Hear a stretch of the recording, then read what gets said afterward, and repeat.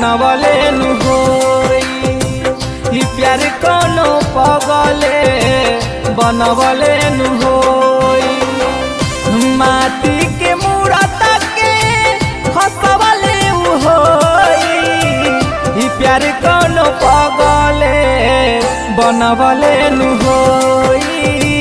ई प्यार कोनो पगले बनवले नु होई।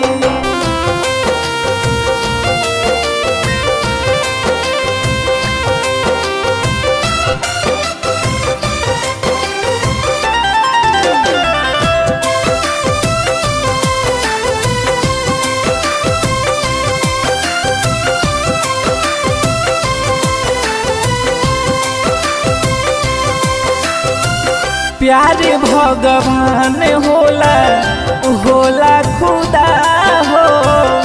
दुनिया में करे लोगवा काहे जुदा हो। प्यार भगवान होला होला खुदा हो। दुनिया में करे लोगवा काहे जुदा हो। करे लोगवा काहे जुदा हो। उजरल बसेरा के बसवले उ होई। उजरल बसेरा के बसवले उ होई। ई प्यार कोनो पगले बनवले नु होई। ई प्यार कोनो पगले बनवले नु होई।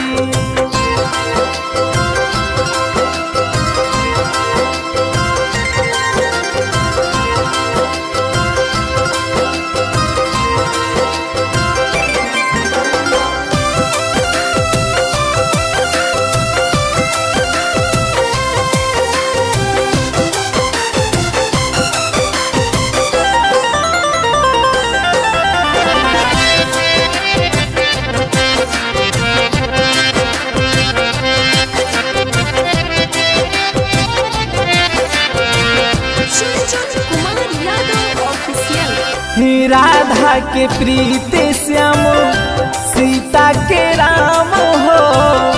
हमारा के मिलल नहीं हमरे नु जान हो।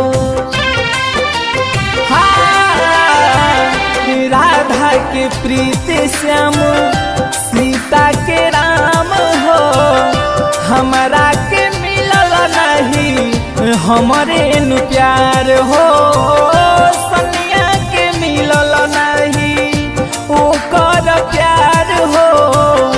पागल ना होई लोगवा बनवले हो होई। पागल ना होई लोगवा बनवले हो होई। ई प्यार कोनो पगले बनवले नु होई। ई प्यार कोनो पगले बनवले नु होई।